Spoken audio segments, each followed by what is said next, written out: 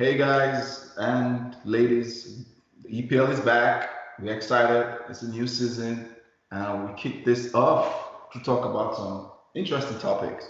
I have Karim, Arsenal fan, here to discuss a lot of interesting issues here. We're both excited to be back here again. Season kicks off in what 24, 48 hours, just over 48 hours. Transfer window closes tomorrow. It's really exciting. The three topics we're going to talk about is VAR. Comes to the EPL, we're going to see how that's going to affect it. Will be positive. What do you think? Relegation teams, we're going to do a prediction article. Relegation teams, which teams will be relegated, and top six predictions. And I have some top six predictions from the rest of our team here that I'll read out at the end of the podcast from Ola and EJ. And let's kick this off. VAR, Karim, what are your opinions about VAR? Will it be successful? Or will we have the same failures we've had? Or maybe not failures, same challenges everybody has complained about.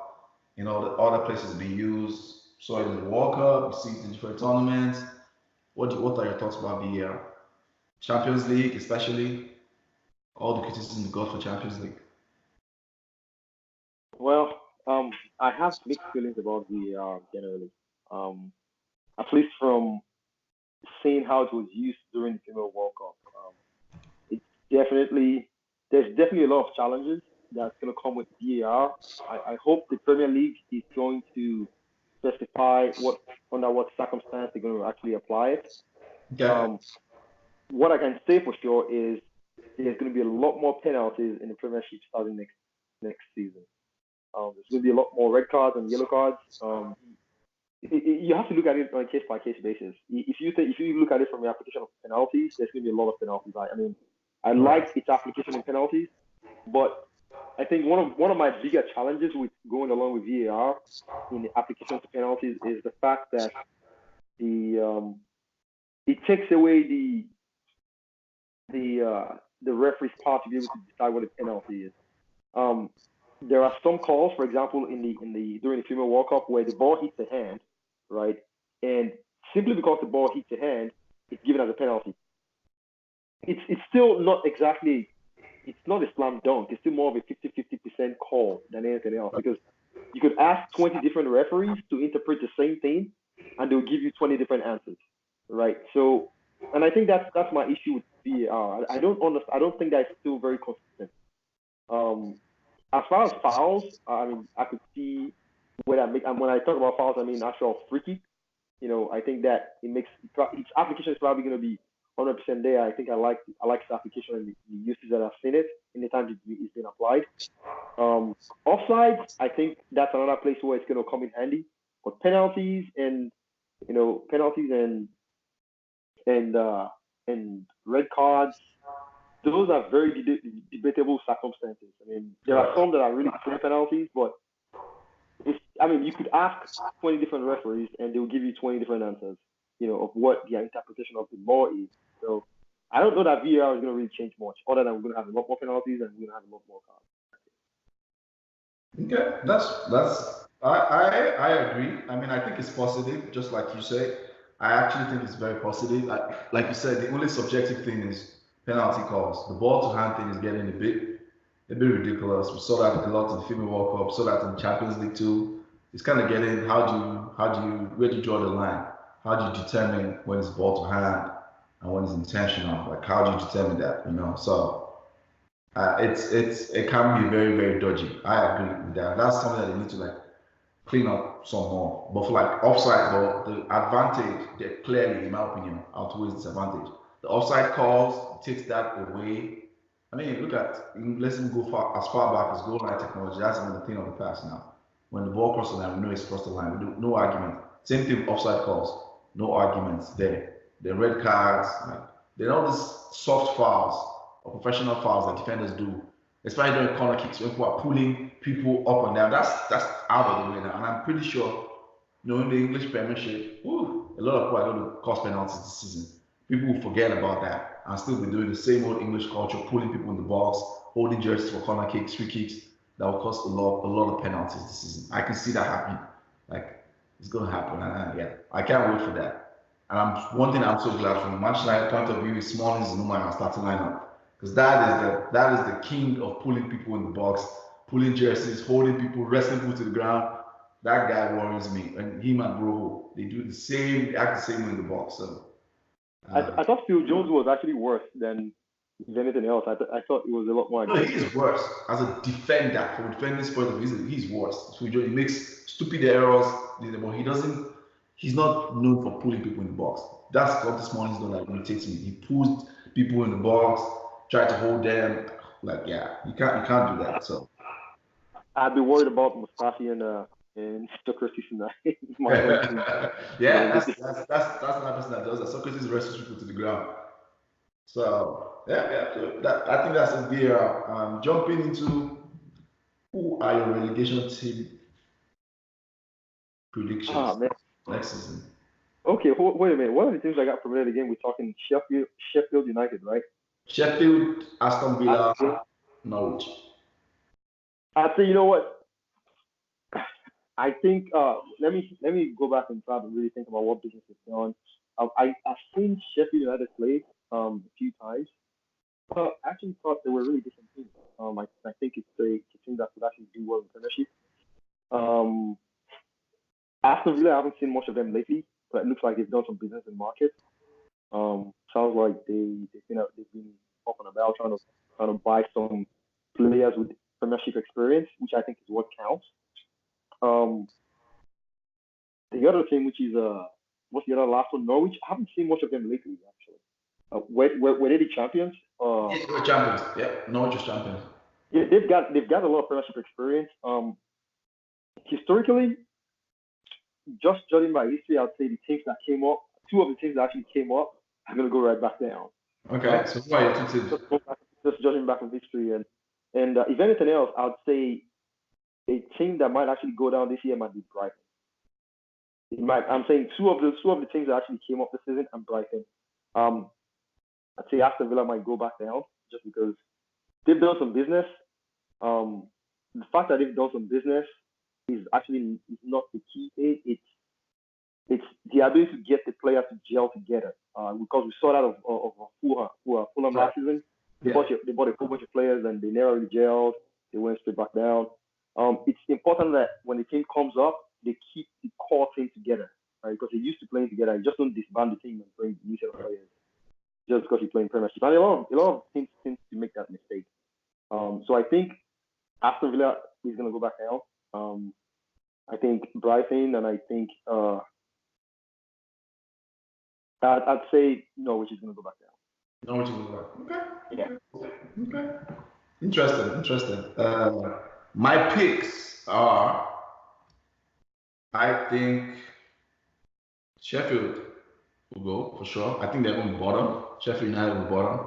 I think Norwich will go down because Norwich plays exciting attacking football. That's what they were known for. They scored the most goals in the championship. They're going to come to the Premiership and think they can. Two things are either they're going to think they can keep to those same principles and play it exciting and they'll get the reality check, or they'll try to go all the way to the extreme and like, oh, this is Premiership, let's readjust, and they'll struggle to do that readjustment. That's where they will not. They would. I think they'll struggle to find that balance. So I think Norwich is going to go there. They won't be the champions.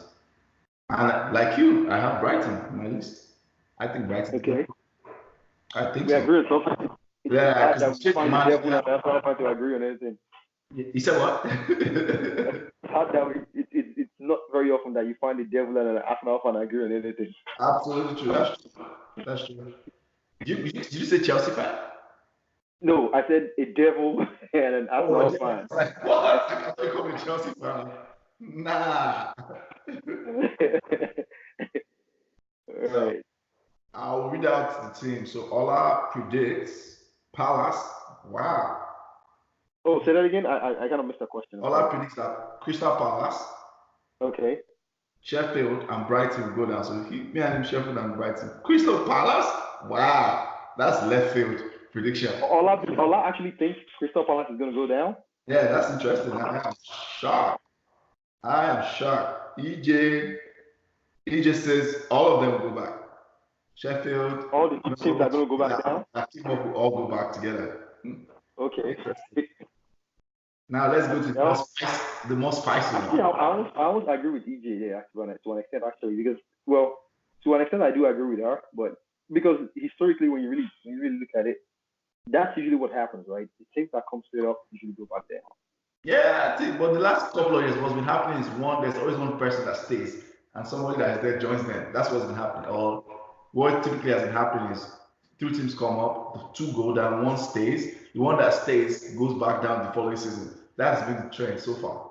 Yeah, yeah, that's That's true. been the trend. So now to the most spicy one.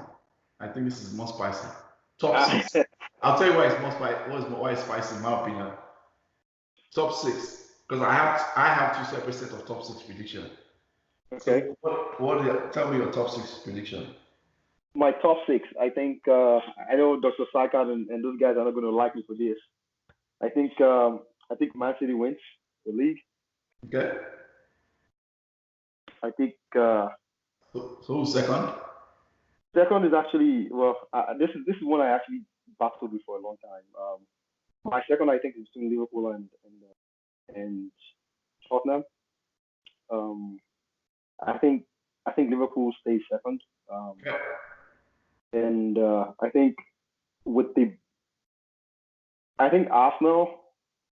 So I want why. So let's go back. Why do you think City Let's will go back to win? why. Okay, well, let's start from talking about Man City. The reason why I'm picking Man City is they have the most depth in the league. Well, when I say most depth, it's just not having players, right? They have quality players and they have depth. I mean, I'm talking guys who can literally go into any other team in the Premiership and start. Right? Correct. Absolutely. They have quality in depth. So it's the reason why I think Man City they pretty much have the best players in every wing. And if you think in my own opinion, last season they actually underperformed, and that's largely due to the absence of KDB, Kevin De Bruyne, and he's back. And I saw a game against Liverpool. That dude is he was practically the best player on the pitch, and he's been off. Injured for over half of last season. Yeah. He looked out of shape, but he looked class. I mean, that is an out of shape KDB, right? And I mean, against the top side of Liverpool, he was one of the best players on the pitch, right? Okay. So, I mean, you can imagine that guy firing at 100%. I mean, it's so I think they stay win the league again this year. Liverpool. So why Liverpool second? Liverpool, I think one thing they've done right is they haven't messed with the core of their team, right? And sometimes one mistake coaches typically make is buying players when you really don't need to buy players, right? Liverpool have a very young team. I mean, Mane is 27, Yeah. Salah is 27, Firmino is right around the same age. 2020. That's like 2020. Yeah, and Firmino is right around the same age. They are right around the same age bracket. They have Oxlade-Chamberlain and Ronaldo and those guys. They're all around that 26, 27. They're all in their prime. So, I mean, I know Liverpool fans, they've all been disappointed that they really haven't done much business in the market. I think if anything else, I think they really don't have to. You look at that team, they really don't have to do any business. They have the core members of their team coming up. Maybe one or two additions to depth, but their starting 11 is going to be the starting 11. Okay. The only position where I think they need help is right back. If anything else, their right back is the only position I think it's a little shaky. I'm not sure who's going to start for them in the right back, but I think Klopp has done a fantastic job the way they play. I think they stay second. Okay. Karim, can you do me a quick favor? I know I've asked you this. Just the laptop, push it until you can see. I don't know if you can see yourself, but you can see like the top of it. Yes, that's perfect. It's actually because the way I'm sitting, actually. I'm slouching a little bit. Yeah, I can see myself now. Until you can see like the top of your head. Yeah. Okay. So third place. This is good. Who's your third place? Okay. All right, my third place. My third place, I think I'm going to go for Arsenal. This is just a fan's bias, to be honest with you. That's fine. You can bias. I'm going for Arsenal because if Emery can get the Arsenal team playing the way he wants them to play,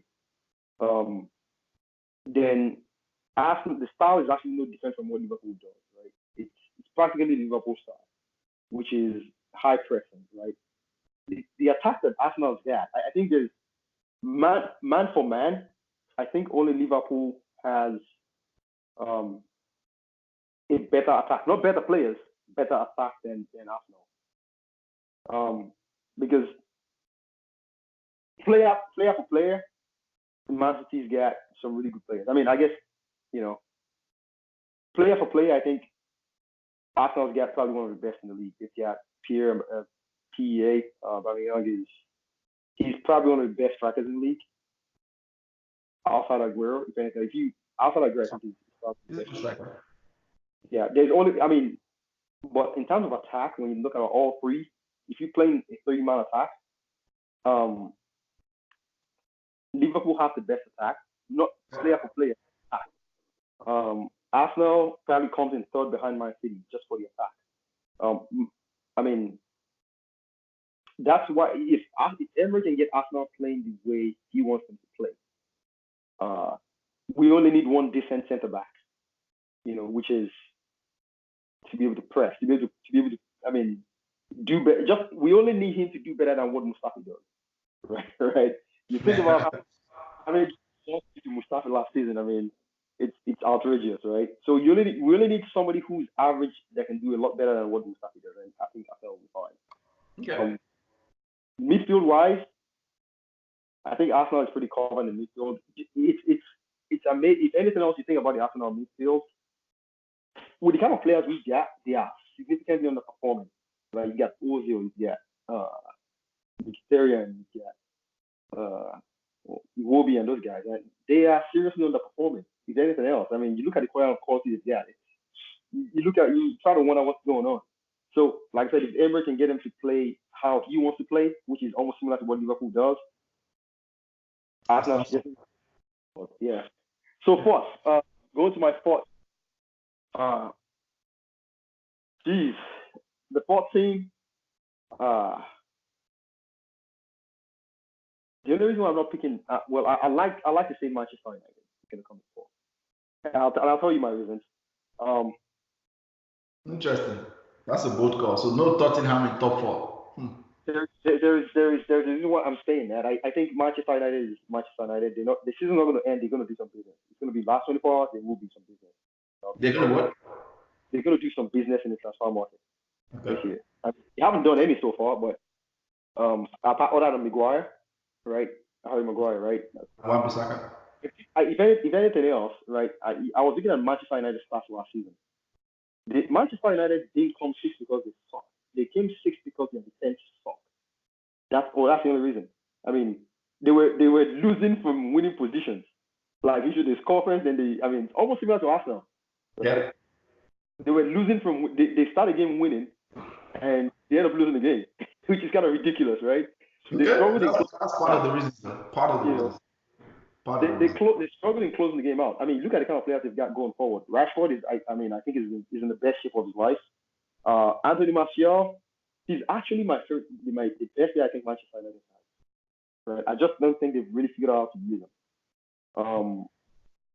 Lukaku is actually a good player. He fits the way they want to play. I don't know. He gets slated a lot. I mean, we make fun of him a lot, but for his return, I think he's a pretty decent attacker. He's been sold, right? I don't know if you know that. He's been sold. Oh, they sold him today? Yeah, to Inter. Yeah. Oh wow, that's silly. I hope you guys get somebody in return, because I think his return was pretty decent. I mean, for somebody who got slated a lot, that guy's output was better than Giroud's output at Arsenal in 2 seasons. I mean, so I'm not sure why he's being slated for. What he's being slated for, right? I mean, you got Sanchez who barely played at all. He's still at Manchester United.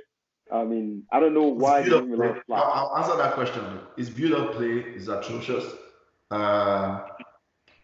His first touch is terrible. Okay.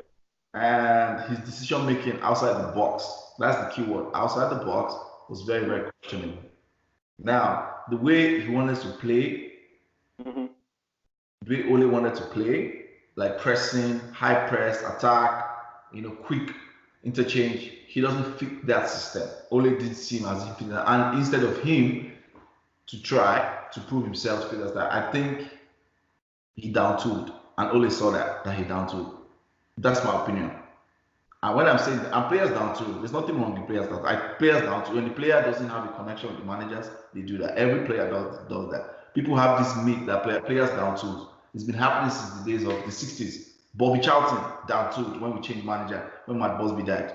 People don't know that. People just like creating all these people, players, and their down tooling is not like, oh, I'm going to try and sack this man. They're down too because it's a mental thing, right? If you don't feel this person has a trust in you, you don't give all your best. It's not like you purposely tell yourself, I'm not giving my best. It just is a natural consequence. It's a natural symptom of that. So I think he doubted and Ole didn't like that. Like he wasn't trying enough. The stats showed it. He wasn't, it was covering, it wasn't running enough, it wasn't covering enough paces, and we're in top 4 hunt, right? So then the things he was saying when we were in top 4 challenge, right?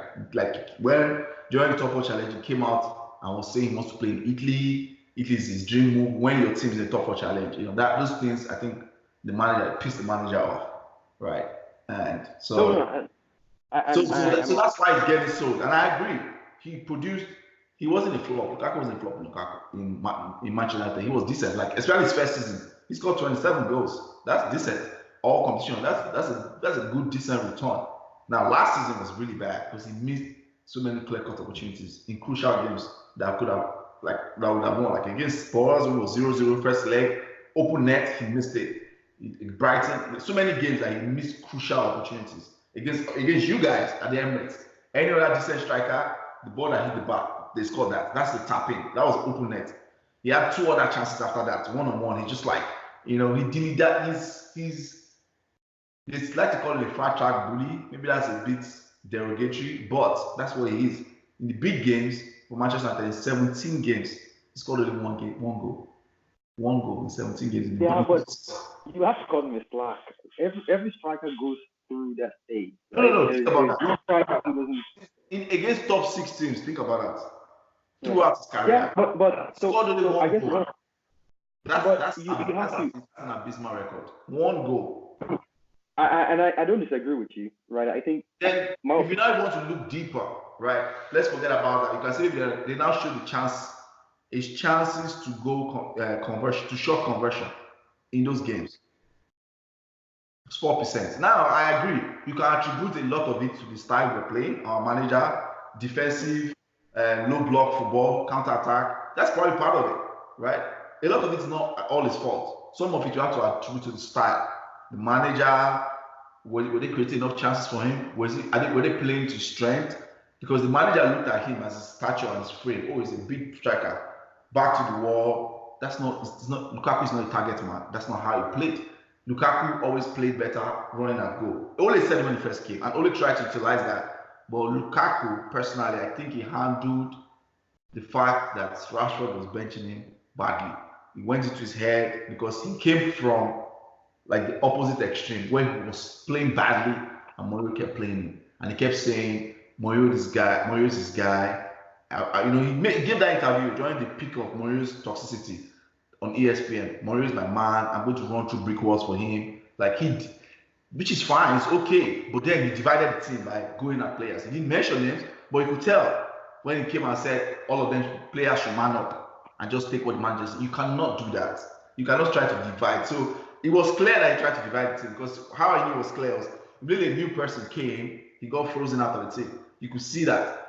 And how I know that now is everything that's happened after, right? During the week, he leaked out, I don't know, did you see that? He leaked out a tweet showing the stats of players. That's confidential Manchester United information. You cannot do that. That's unprofessional. He leaked it out.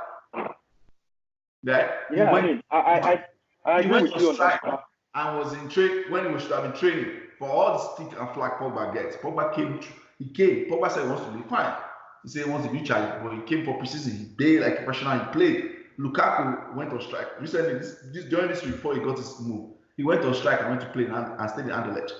He was going to get fined until the move went through. He went on strike. Those are the things he's done. So my point is, I agree from a footballing standpoint, he did okay, and I agree we should replace his goals. Now, do I agree that him seeing our team makes us a better team? No, because his mind is not here again. He doesn't want to play for the manager. I could sense it. It wasn't last thing that he down-tooled. He didn't care. He down-tooled. So No, I totally understand your point. I mean, it was almost like the Sanchez effect when Arsenal was about to leave Arsenal. He did Yeah, okay, but he wasn't. No, no, it's a psychological part of the game. it When is. It's very important. players Psychology come is very out of important. it, it's not there anymore. Yeah, but I guess I was only speaking. I was speaking plainly from a football perspective, right? You compare his average goals to. I mean, in my own opinion, I think he's a good passer of the ball. People don't see that, right? I've It seen is. Lukaku kick some incredible through balls. I mean, if you watch the game against PSG, Lukaku gave some one of the best passes I've seen in football in real tight spaces, right? So from a football perspective, I think he's a really good player. I really do. I think his first touch, yeah, there are many players. I mean, to me, you compare someone like Gabriel Jesus. I don't think Gabriel Jesus is a good player. Really. I think he's just an average fine player. I think I Cool. don't want to say Gabriel Jesus. I made a statement on the board one time. I said if I had to choose between Gabriel Jesus and Rashford, I'm going to choose Rashford every time. Like it's a given. Gabriel Jesus just happens to be playing on that team. That's why. Any other thing, if he leaves Man City, it's nothing but an average player to me. I've seen him play. I don't think I'll ever choose him on my team. The amount of that it's I mean, I've seen both of them. Football for football, Rashford is a better player. Technically That Gabriel Jesus. Gabriel Jesus can I don't even think he can control the ball. But I mean the point I'm trying to make is as a striker, there are only two things you need to be able to do. Score, right? And sometimes you're gonna have that downtime, right, where you can't exactly convert your goal to shot ratio is not very good. Um, the top six argument, to be honest with you, if that was if that was his stats consistently, I agree. But if you want to actually look at the stats, I'll go back to this at Everton, right? The one who's at Everton. He's got a ton of goals against top 16, No, right? he didn't actually. He didn't. This starts trends from Anderson. Yeah, he didn't. He didn't score a lot of top goals against top 16. So, but I think we've debated too far from Okay. where we were. So you No, say let's talk about so you say United. There's a Spurs lot fifth. about Man United. So you So said so let's go through them. Who is your fifth and my sixth? my number five team is going to be Tottenham and Chelsea simply because they haven't done any business. Okay. And they've lost Hazard. So I think he's replaceable for Chelsea. So he's irreplaceable for Chelsea. Okay. With him not being there, I think they're gonna struggle. I just don't think what's the other guy's name, the US boy? The new US boy they bought over Pulisic. the summer. Pulisic. Pulisic is a good player. I don't think he can fill that void. Okay. Okay. Good points. Good points. I'm gonna go through mine real quick. I just give my points why. So I have two lists, right? I have a top 16 as we are this moment, and I'm talking about at 6 o'clock, all the transfers that have been made. Obviously, Okay. City they have depth and they are not stopping. They are not sitting on their achievements. They got Rodri, excellent CDM. They got Cancelo today, very very good left back, and play left back, play right back. So that's perfect. They can rotate well. And yeah, they're good. And I think they got Angelino, but they're keeping most of their guys. Sane here or there, doesn't matter. I think they win the league. My second actually is Spurs. This is I think this is You think United will be third?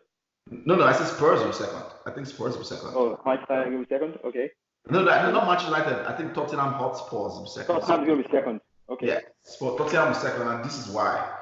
Spurs, I think the signings they made this season have been very critical key signings because I've always said their problems have been in that midfield. Every other part, I think they've been good. They have a good forward line.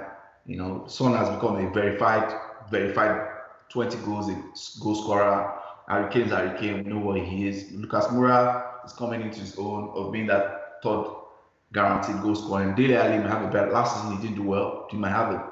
If he has a similar season like he had 2 seasons before, he will chip in with a lot of important goals. But the critical part is the midfield. They've added Lo Celso from Betis. They've added Ndombele.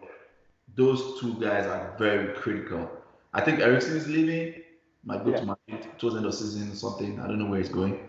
Ericsson is leaving, but those two guys they add give them a lot of depth because Sissoko is going to play. So with Ndombele Sissoko, they're going to be that team. The thing that was, I think, um, criticize them for bottling. They're going to be able to grind out results even when things are not going well. They're not going to be oh, things are not going well, they'll concede goals. So I think Spurs actually going to have a title challenge. Now, will they be as So close? you don't think Ericsson leaving is going to leave a void in being in their creative role? Lo Celso is Do you very good. think I think Lo Celso can fit that role, and I think Pochettino is such a good tactical manager of adjusting. When you go from okay? 4-2-3-1, it goes to 3-5, it goes to 4-3-3. He's going to adjust where Lo Celso will be the most creative boy. They still have Lamela coming off the bench. I think they will fill Ericsson, but I just think Spurs, Daniel Levy doesn't like to spend. We know that. For him to spend this big, he must have had some discussions with Pochettino, and Pochettino wants to go for the league this season. Now, they will not win it, I'm pretty sure, but I think they're going to throw all their eggs this season. This season, they might not do well that well in Champions League, they might get to quarterfinal, second round, and get knocked out, but they're going to throw all their eggs in the league this season. I can sense that. That's why they're making these big money signings. So they're going to go I for like Tottenham. I like Tottenham, but there's no way I was ever going to put them ahead of Arsenal. So there's no Oh, way I that's was fine. ever going That's to put fine. them that. So that's fine. Me, I like to be objective, and you see where my objective is coming. So Spurs second. I think Liverpool third. Liverpool have a very good team. They probably have a title challenge along with Spurs. But why I think Liverpool will fall just off is because of the amount of games they have to play this season. They're going to play a lot of games. They're going to play World Cup Club. They're going to play Champions League with the same squad. They're flying to World Cup Club and playing all those games, and there'll be some points behind, and they have to come back and catch up. It's going to catch up with them. I'm very, very sure that's going to catch up with them. Where they have to go and play So for like you 2 weeks, don't like a week. You said what? you don't think their depth is good enough to be able to handle those games? They are no offense, right? Yes, because they're going to have to play those same three guys, and those guys have a lot of miles on them right now. Yeah. Mane, I Salah, I guess I was under the if you take impression that they African can national handle squad, they have a that. lot of miles under them, and I don't think they'll be as lucky as last season, where they had all those guys all through last season, no injuries, nothing. They won't be as lucky to that first team. And when that first team gets hit, a little bit, I think somebody's going to get hit in that first team. I don't pray for injuries for any team, but I don't think they'll be as lucky. And once one of them gets hit, either Mane, Salah, or Firmino, they will drop points, and that's what's going to affect them. So I think I actually have a different opinion to Liverpool, and this is why, right? Liverpool is such a good team in my opinion, and the reason why I think so is they have an ideology, right? A style, Yeah, right? And everybody to the last man on the bench, even to their youth, are bought into that system, almost like Manchester City, correct. right? I think Liverpool really they don't Liverpool the way they beat teams is not because of a specific player. It's mostly because they play as a System. team, right? They It's a press. system. So any decent striker like Chamberlain and Lalana and Shaqiri and those guys, when they come in, Origi. they're going to be able to do exactly the same thing. All they do is they force mistakes from people, right? I'll tell you the difference though. I'll tell you the difference. People say this a lot, but I'll tell you the difference though. It's all well and good pressing and forcing mistakes, decision making. When you force those mistakes, there's levels to this thing. And the decision making that Salah, Mane, and Firmino will make is different decision making that Origi, Shaqiri, and Lalana will make. And like I said, last season, throughout all those key crucial games, they had those guys there in the league. They didn't have to depend on those. Like you could see, like if they had to miss those guys, like I'm talking of Christmas when you're playing 3 games every day, when you have to play the Leicesters, the Evertons, that have good midfield. Let's even forget top 6 battles. The Leicesters, the Evertons, those games, and you miss any of those 3 guys, that little edge, just like when they had the edge of the drop point, they play draw. That little edge can count, and I think this season is going to catch up with them because they did not improve the depth of quality in that forward line. They didn't improve them. So that's my opinion. I might be wrong. So let's move on. I don't want this podcast to extend too long. So I think Liverpool, as we were, will come third. I think Arsenal will come fourth because I think Arsenal bought well. I hate to say this because some of your fans annoy me, but I'll just be objective. I like to be objective.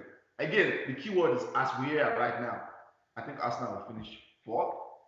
I think Ceballos, Pepe will bring a lot of goals. Ceballos, even with your defensive priorities, even if you get one better, I think that's where, just because of lack of improvement at Manchester United in the midfield, I think Arsenal will come fourth. Fifth, I think Leicester will actually finish above Manchester United, as we are right now. Leicester? Did you say I think Leicester? Leicester will come fifth this season. Wow. How about Wolves? You said what? That's bold. I know it's very bold, but that's what I think. I think they have a good midfield, very very good midfield and attack. If they don't get injuries, their code is thin. To be fair, it's thin, but they have a decent at the back. They have very good defenders. They've lost Maguire, but I think they're probably going to sign Dunk. But they have like a good right back. Oh, I always forget his name. That kid is good. They have a good left back in Chilwell. The midfield, Ndidi, Tielemans, Madison, Chowdhury, Vardy. They have a good 11 team, and they can only focus on the league. They don't have any distractions. So I think Manchester United will come sixth as well, just because they are not reinforced. And this is my team as at now. So the second top 16 I have. The first three remains the same, regardless. I think that's what's going to happen. That first three is City, Spurs, Liverpool. If Manchester United gets one quality central midfielder on deadline day, and it's kind of weird when you think about it, that we're literally putting our season onto deadline day. But I think if you get one quality central midfielder to help with creativity along with Pogba, because one of the biggest mistakes and our biggest weakness is the fact that every citizen team that plays us knows that everything goes through Pogba. So what they do is they swamp him. Everybody they swamp Pogba. And Pogba gets 2-3 players around him. So it's either that or when he has an off day, we're screwed. We need multiple levels of creativity. If you want to be a decent team, you need multiple. You cannot depend on just one person. So that's number one. Then we don't have a DM, a trusted DM that I trust right now. So if Manchester United do not get either a DM that can create from deep, like a deep line DM, deep line playmaker type DM, or a box-to-box midfielder that can play alongside Pogba and create like a quality. I'm not just talking about a scrub, a quality like an Eriksen, like the Bruno Fernandes, quality guaranteed goal scoring, creative midfielders to add to what Pogba brings.